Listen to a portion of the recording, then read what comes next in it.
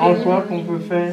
Mais donc, alors, 1, 2, 3, 4.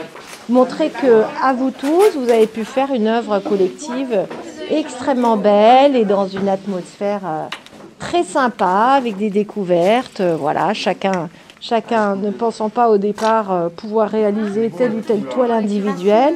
Et au final, cette belle œuvre qui a un avenir sympathique devant elle. Donc, qui va être exposée, on vous l'a dit, pendant le Chemin des Arts, les 4 et 5 juin prochains. Donc, il y a beaucoup de gens qui vont pouvoir venir la voir à Avallon. Je ne fais plus du tout les choses légèrement, mais avec... Après, on pourra la mettre en France.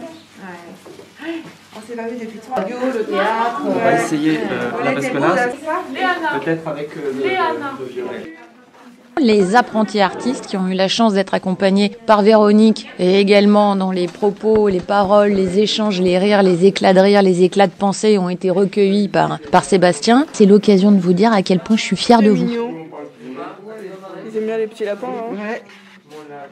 C'est beau celui-là. Carrément.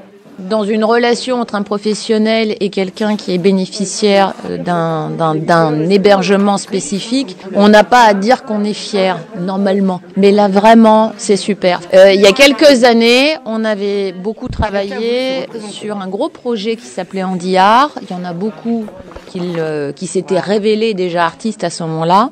Et le projet, effectivement, Les Éveillés du Val, c'est juste énorme.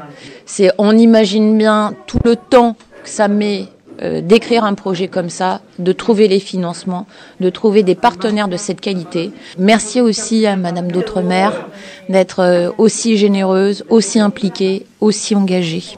De notre point de vue, nous les acteurs du médico-social, le projet qui manquait et qui pouvait remettre effectivement un petit peu de dynamisme et de bonne humeur dans ce quotidien qui a été tellement bouleversé aussi par le Covid. Et pour ce qui est de Madame Lafont, mais quelle patience, c'est un enseignement plein de tendresse, c'est beaucoup de disponibilité. C'est un vrai enrichissement et puis oui, enfin c'est à différents endroits, c'est une réussite ce projet, c'est une réussite parce que déjà, enfin souvent on n'a pas accès aux artistes ou alors lors des vernissages et lors des vernissages ils sont monopolisés par les élus. La presse, madame, la presse, et puis par leur cercle proche. Donc, des gens comme nous, on vous voit pas, on vous côtoie pas.